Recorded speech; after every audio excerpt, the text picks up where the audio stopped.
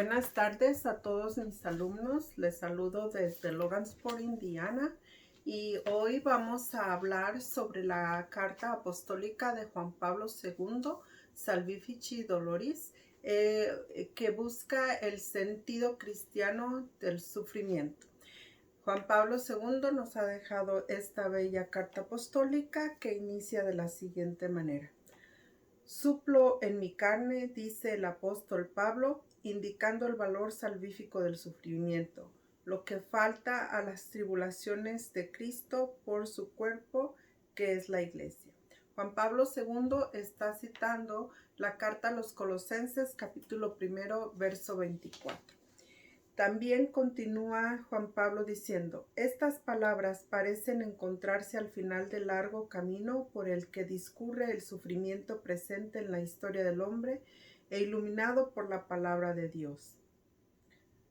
San Pablo también dice, ahora me alegro de mis padecimientos por vosotros. La alegría, dice Juan Pablo II, de Pablo deriva del descubrimiento del sentido del sufrimiento.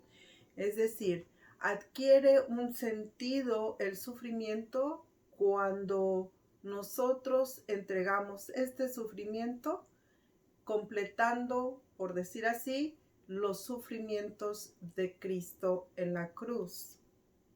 Nos unimos a Cristo en esa cruz y entonces mi sufrir tiene un sentido. Mientras que yo estoy sufriendo sin pensar en la cruz de Cristo, parecería absurdo mi sufrimiento.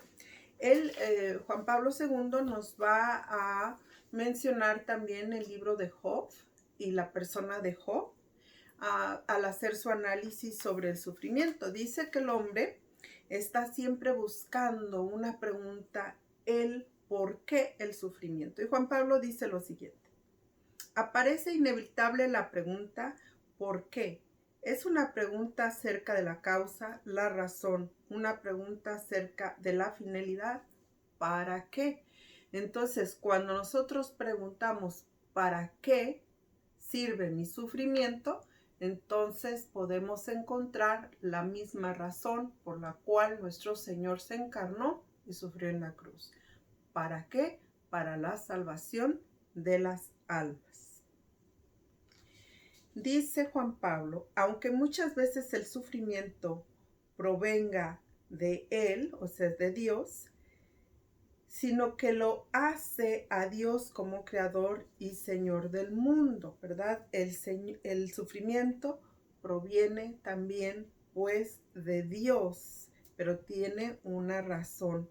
¿Para qué? En el Antiguo Testamento, dice Juan Pablo II, va a estar también esta pregunta, ¿verdad? El hombre quiere contestar a esta pregunta y entonces encontramos diferentes pasajes que nos van a dar pues la respuesta. Dice así Juan Pablo en el numeral 10 de su carta apostólica. El hombre puede dirigir tal pregunta a Dios con toda la conmoción de su corazón y con la mente llena de asombro y de inquietud. Dios espera que nosotros hagamos esta pregunta y nos escucha, como podemos ver en la revelación del Antiguo Testamento en el libro de Job. La pregunta ha encontrado una expresión más viva. Dice Juan Pablo II. Reconoce Dios que Job no es culpable. El suyo es un sufrimiento de un inocente. Debe ser aceptado como un misterio que el hombre no puede comprender a fondo con su inteligencia. Dice Juan Pablo siguiendo en el siguiente párrafo. La revelación, palabra de Dios mismo, pone con toda claridad el problema del sufrimiento del hombre inocente, el sufrimiento sin culpa. Job no ha sido castigado. No había razón para infligirle una pena, aunque haya sido sometido a una prueba durísima. El Señor, consciente en probar a Job con el sufrimiento, lo hace para demostrar su justicia. El sufrimiento tiene pues un carácter de prueba. Pero también dice Juan Pablo II, citando el segundo libro de los Macabeos, capítulo 6, verso 12, que el sufrimiento que utiliza el Señor también con su pueblo por su misericordia, Él lo utiliza para corregir y llevar a la conversión. Así dice el libro de los Macabeos. Los castigos no vienen para destrucción, sino para la corrección de nuestro pueblo. Después continúa diciendo Juan Pablo II que el sufrimiento debe servir para la conversión, es decir, para la reconstrucción del bien en el sujeto, que puede reconocer la misericordia divina en esta llamada a la penitencia. Muy, muy hermoso y muy importante. No pensemos que entonces el sufrimiento es un castigo. No estamos diciendo que es un castigo de Dios, sino que el sufrimiento es una forma que utiliza para educarnos el Señor y regresarnos a Él. Es una forma de conversión, es una prueba de amor que puedes resistir este sufrimiento y no renegar de Dios, sino seguirlo amando como lo hizo el santo Job, y también una llamada a la conversión. Dice Juan Pablo, la penitencia tiene como finalidad superar el mal que bajo diversas formas está latente en el hombre y consolidar el bien tanto en uno mismo como en la relación con los demás y sobre todo con Dios. Entonces sabemos que este dolor, esta penitencia me ayuda a mí, ¿verdad? Me ayuda a mí a consolidar el bien, ¿verdad? A venir a la conversión, pero también me ayuda en mi relación con los demás. Esto puede ser muy interesante. No lo está diciendo Juan Pablo II aquí, lo va a decir un poquito más adelante, pero me gustaría hacer hincapié en eso de la relación con los demás. Aquel que nunca ha sufrido no comprende a aquel que está sufriendo. Entonces, cuando una persona ha pasado por una enfermedad, por un sufrimiento, por una pérdida, por algo que le está haciendo sufrir, puede abrirse más a la comprensión a su hermano y también a entender el motivo de Dios en su sufrir, ¿verdad? Unirnos a ese amor, a ese sufrimiento redentor de Cristo. Es la misma manera que nosotros decimos, bueno, Señor, si yo estoy pasando por esta penalidad, por este sufrimiento, que sirva mi sufrimiento, que tenga un motivo. Salva un alma con este sufrimiento que yo estoy pasando. Ayuda a esta persona con este sufrimiento, esta pena que yo estoy pasando. Tiene un sentido entonces redentor. Me uno al Señor en el sufrimiento de Cristo. Me uno a su plan de salvación. Me rectifico a mí mismo y puedo tener misericordia y compasión por el que está sufriendo. Todo esto es lo que está haciendo pues el sufrimiento en mí. Hay un plan del Señor en ese sufrimiento. Dice aquí Juan Pablo, el amor es también la fuente más rica sobre el sentido del sufrimiento, que es siempre un misterio. Somos conscientes de la insuficiencia e inadecuación de nuestras explicaciones. Cristo nos hace entrar en el misterio, nos hace descubrir el porqué del sufrimiento en cuanto somos capaces de comprender la sublimidad del amor divino, ¿verdad? Ahí está. En el amor de Dios que nos ha entregado a su Hijo único para que sufra los pecados de la humanidad, para que sufra en su cuerpo los pecados de la humanidad, y Él asume este sufrimiento, entonces nosotros también podemos descubrir el amor de Dios en el sufrimiento de Cristo, en el sufrimiento del hermano. Después Juan Pablo nos va a decir que el sufrimiento ha sido vencido por el amor, ¿verdad? En Cristo. Dice que la salvación significa liberación del mal y por ello está en estrecha relación con el problema del sufrimiento. Dios da a su Hijo al mundo para librar al hombre del mal que lleva en sí la definitiva y absoluta perspectiva del sufrimiento. Contemporáneamente, la misma palabra da indica que esta liberación debe ser realizada por el Hijo unigénito mediante el propio sufrimiento. y en ellos se manifiesta el amor infinito, tanto de este Hijo unigénito como del Padre, que por eso da a su Hijo. Este es el amor hacia los hombres, el amor por el mundo, el amor salvífico, el amor que se dona completamente y totalmente hasta llegar a una muerte de cruz por amor, ¿verdad? Entonces ahí está que nosotros, cuando nos relacionamos con los demás, pues también entrando en este amor salvífico, damos todo por la salvación de una persona, por la salvación de nuestros hijos, por la salvación de nuestra familia, por la salvación de nuestros sacerdotes, ¿verdad? Por todas las cuestiones difíciles que pasamos, hacemos este ofrecimiento y elevamos nuestro sufrimiento a un sufrimiento redentor, a un sufrimiento que se une a la cruz de Cristo. Dice Juan Pablo, el hombre muere cuando pierde la vida eterna. Esa es la muerte definitiva, cuando pierde la vida eterna. Lo contrario de la salvación no es pues solamente el sufrimiento temporal, cualquier sufrimiento, sino el sufrimiento definitivo, la pérdida de la vida eterna, el ser rechazados por Dios, la condenación. Este es un sufrimiento todavía mayor, ¿verdad? Los sufrimientos temporales que tenemos y que debemos todos pasar por en el mundo, no hay quien se escape a los sufrimientos, todos de alguna manera u otra sufrimos.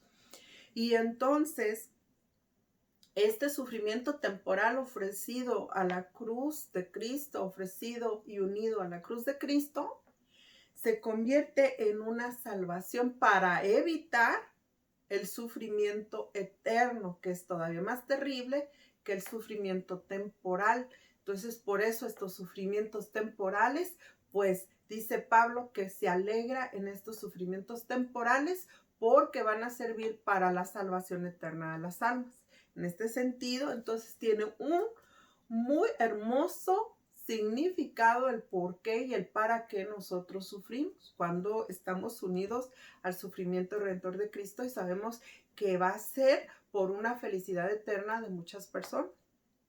A estas personas que conscientemente, después de pasar por una madurez espiritual, nos unimos a ese sufrimiento redentor de Cristo, porque sabemos que ese sufrimiento va a redituar en vida eterna.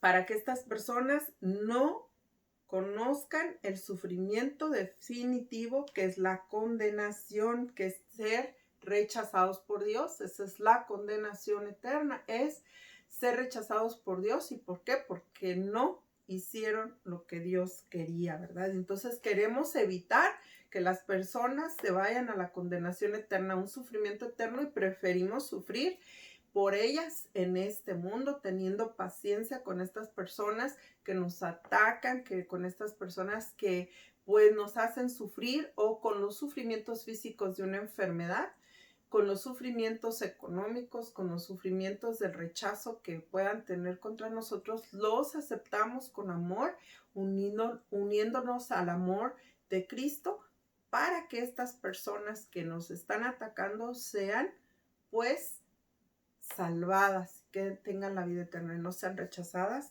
por Dios, ¿verdad? Eso es lo que no queremos, la condenación y el sufrimiento eterno.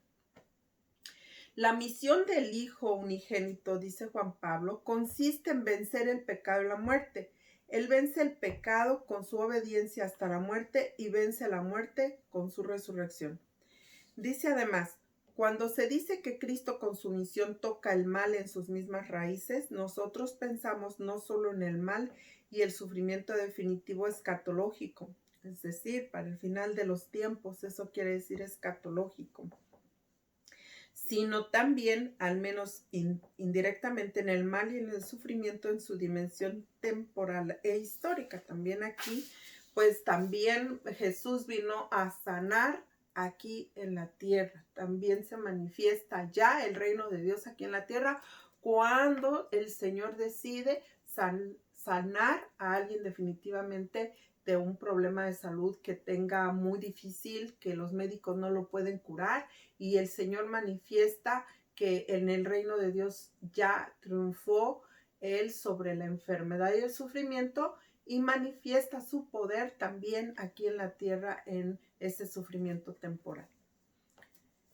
Dice Juan Pablo que con su obra salvífica, el Hijo Unigénito libera al hombre del pecado y la muerte. Ante todo, Él borra de la historia del hombre el dominio del pecado que se ha radicado bajo la influencia del espíritu maligno, partiendo del pecado original, y da luego al hombre la posibilidad de vivir en la gracia santificante. Entonces volvemos pues al punto de que la salvación definitiva es la más importante, más que estar libres del sufrimiento temporal. Es mucho más importante estar libres del sufrimiento eterno. También Juan Pablo nos dice que Jesús era muy sensible a todo el sufrimiento humano.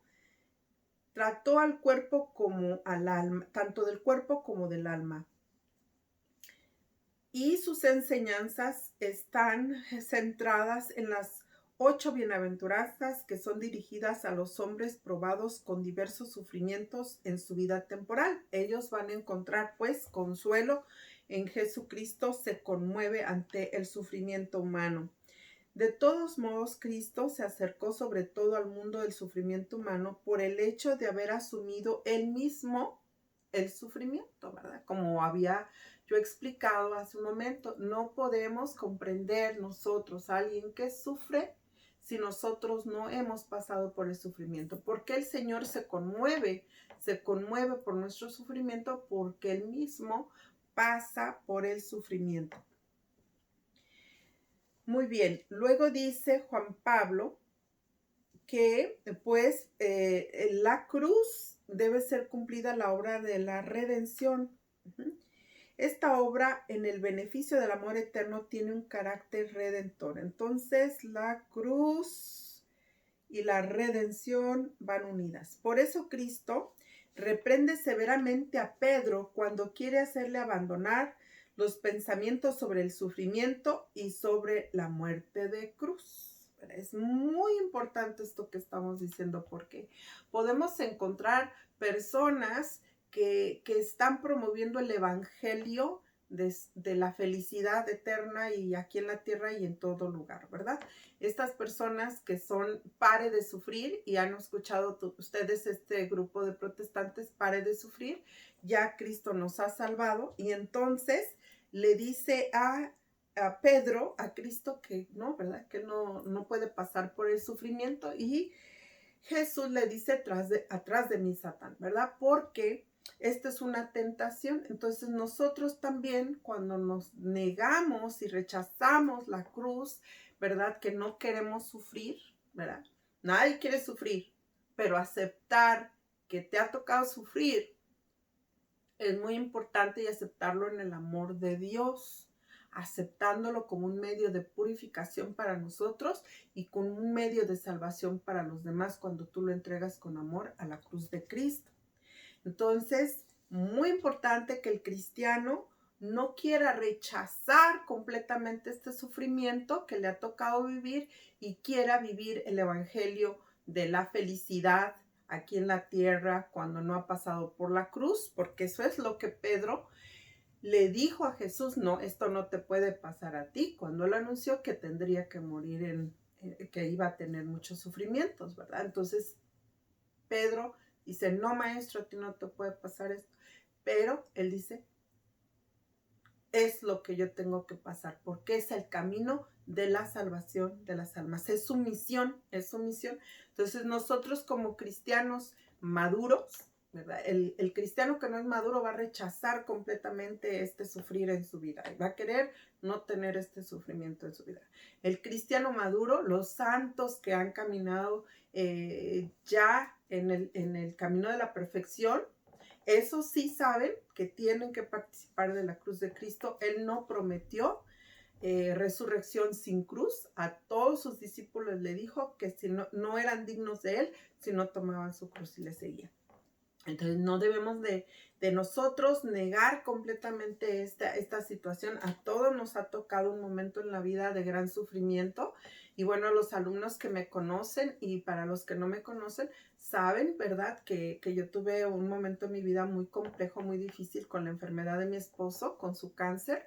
Pues es que nos toca, ¿verdad? Nos toca este sufrimiento y muy duro, ¿verdad? Un Getsemaní fue para mí, temblar en las noches, saber qué es lo que voy a hacer con mi esposo enfermo. Pero ¿qué sucede?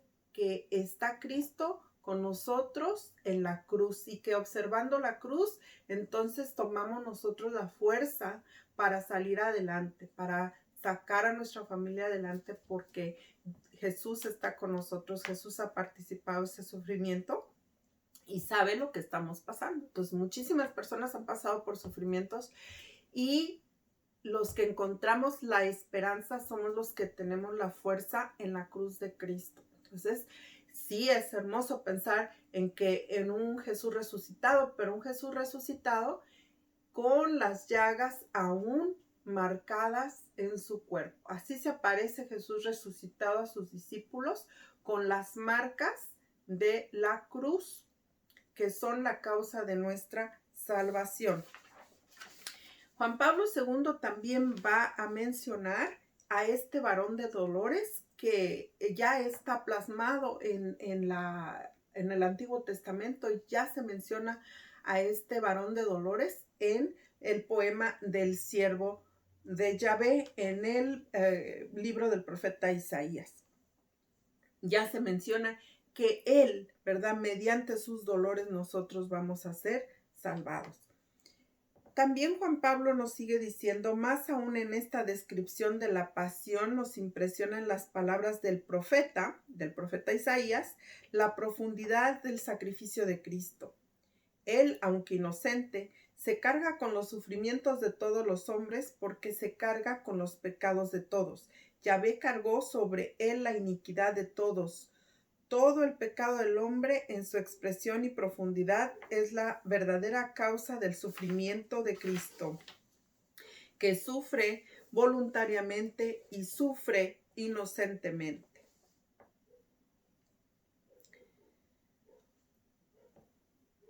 Muchos discursos durante la predicación pública de Cristo atestiguan cómo Él acepta ya desde el inicio este sufrimiento. Es una aceptación del sufrimiento, aceptación del sufrimiento. Cuando yo les platico esto de la situación en la que estaba mi esposo, que yo lloraba escondida, ¿verdad? Y en muchas ocasiones una religiosa amiga mía me dijo que su madre se quedó viuda teniendo 9 hijos y la más chiquita apenas una bebé de brazos.